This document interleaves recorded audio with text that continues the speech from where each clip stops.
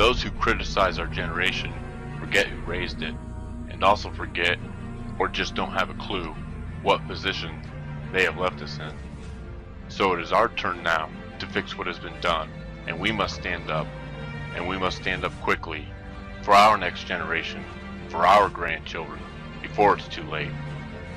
So I just want to ask you one question, and that question is, what does freedom mean to you?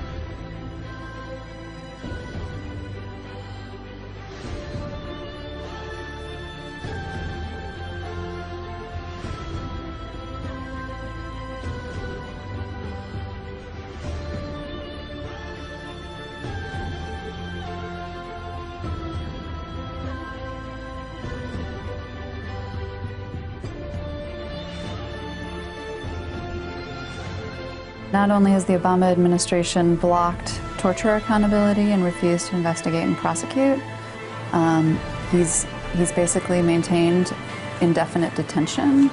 He's revived military commissions. And as we've seen as well, he has expanded targeted killings. So they've increased under the Obama administration manyfold, and he's even authorized the killing of a U.S. citizen. As Obama gears up for his re-election campaign, civil liberty groups that believed his words the first time around are now left to judge the commander-in-chief on his actions. America's democracy is represented by a president who studied and taught the rule of law and is now armed with the duty to carry it out. But critics say as long as Obama plays by his own rules, the Constitution and his promise of change both remain compromised. Well, the First Amendment protects your right to the freedom of religion, speech, assembly, the press. However, the Department of Homeland Security has decided to modify that freedom of speech and press under its newly enacted Media Monitoring Initiative. Now, this initiative will be conducted under the National Operations Center. And the idea from the brains over at the DHS headquarters will allow the government to keep data on anybody who uses any sort of news or media outlet to share, report, or stay informed. And if you're thinking that something like this already exists, technically you would be correct. DHS has been collecting intel since 2010, and they've been distributing that information to international third parties and private sector businesses. However, this new initiative, which was created back in November, removes the entire need for any authorization, thus making it virtually anybody who's linked to the media fair game. It does offer up more proof that the government is taking the time to add yet another layer of surveillance to an already huge surveillance apparatus, all for the sake of keeping a running tab of who says what. And it's not just the media, it's also social media. Last week we told you about Twitter users who received subpoenas and court orders. Also, the police could get information about what they do online and who they follow and what they say. Just more proof that your freedom of speech really ain't all that free. In fact, it just might land you on a government list. And yesterday we told you also about the FISA Amendments Act, the one built in 2008 designed to make warrantless wiretapping legal. It doesn't expire until 2012, but according to reports, yesterday senators may have met behind closed doors to try to get it extended.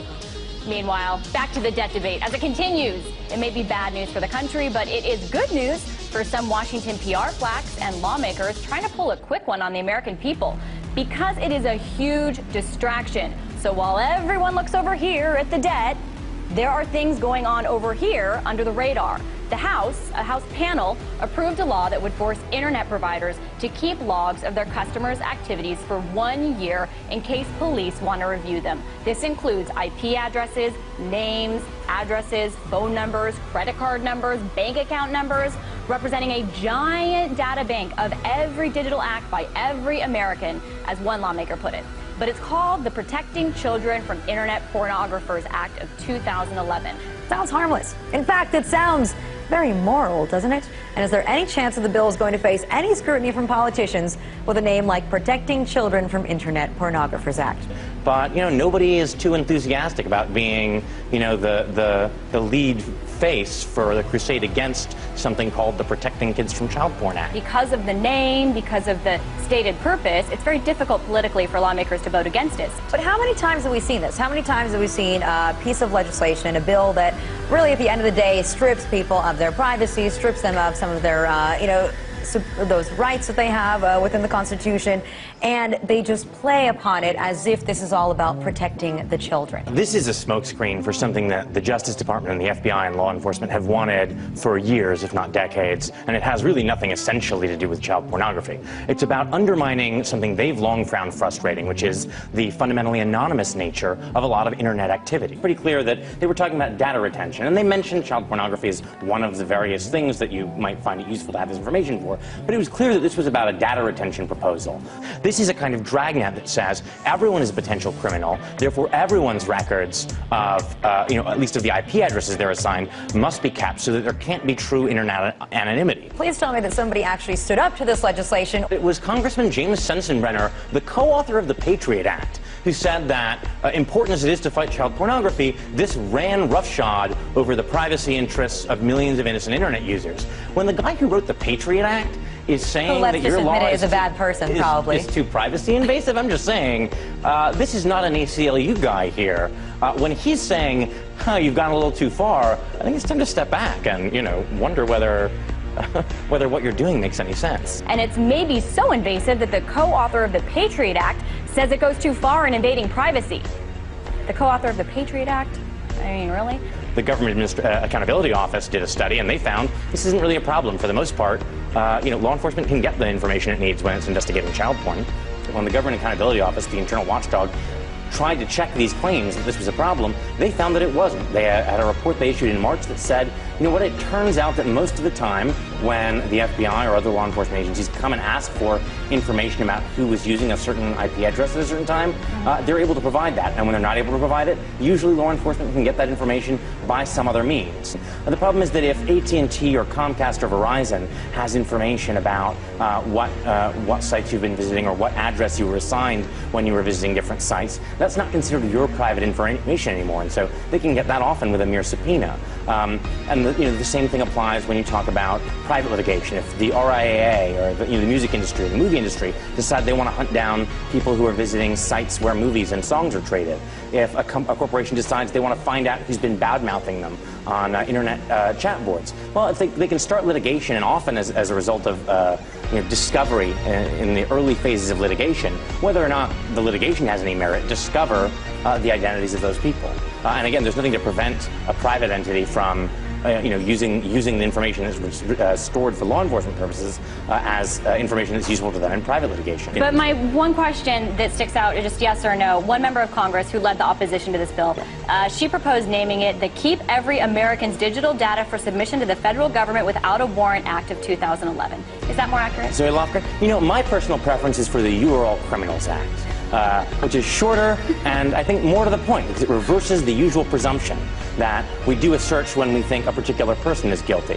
And the assumption behind this bill is we keep everyone's data, we make the company store everyone's information for the government because anyone might be guilty. There you go. The You Are All Criminals Act being passed at a House panel while the debt debate rages on.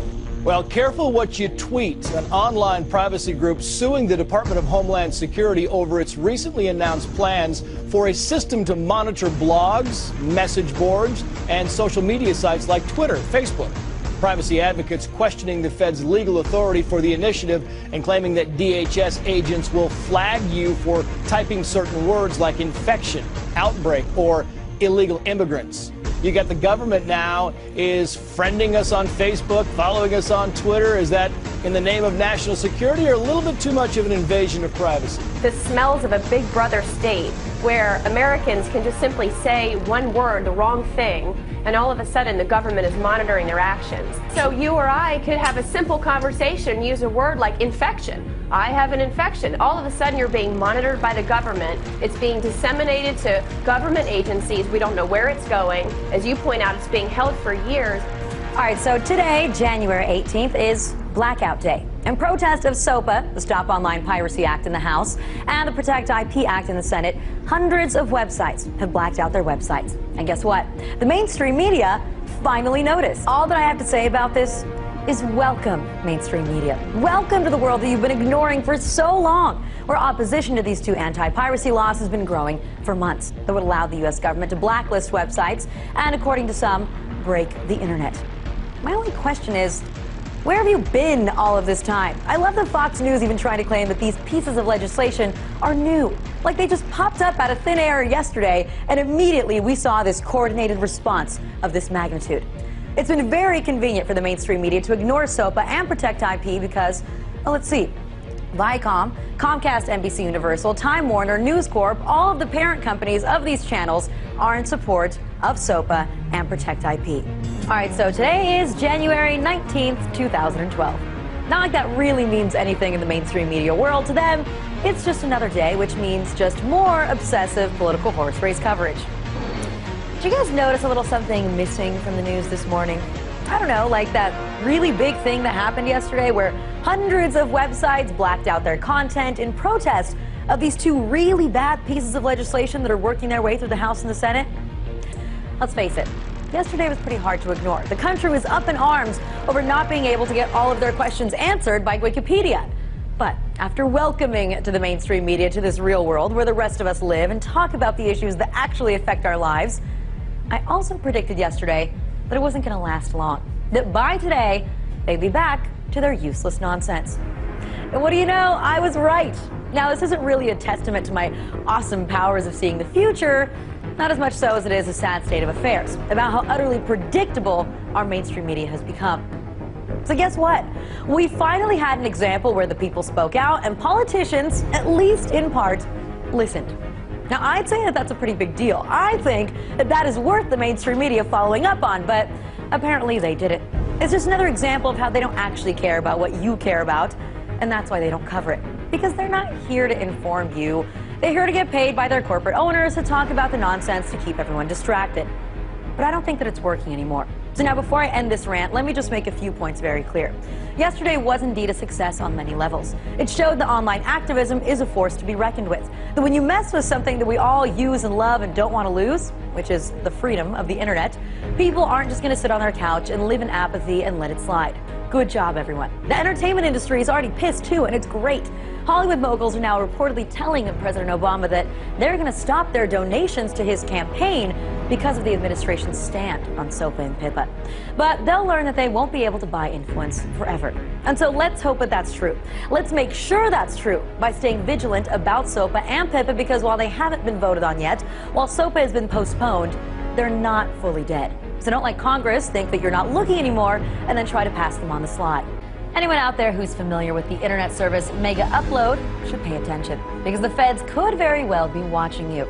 Now, Mega Upload is considered a locker service that allows users to transfer large files on the web, which makes it possible for pirates to share things like songs, movies, and other copyrighted materials. We should also note, however, that there are various other reasons for people to use this service besides sharing movies and music. So it's yet another example of the U.S. using its authority to enforce its rules in foreign countries, despite the laws in those countries. So could it be just coincidence that this information has been revealed just a day after the massive internet blackout where thousands of websites protested Sopa and Pipa, legislation that is sold as a counter to copyright infringement? Now, apparently, we weren't the only ones who thought so. But it's clear that despite the growing number of people that have come out opposing these bills, the government is going to continue waging its own war against the pirates without the support of the American people, and even if these bills don't pass. So the fact that they've spent hundreds of millions of dollars just to go after 7 people that are in charge of a foreign website, I think it makes it pretty clear this battle is just getting started.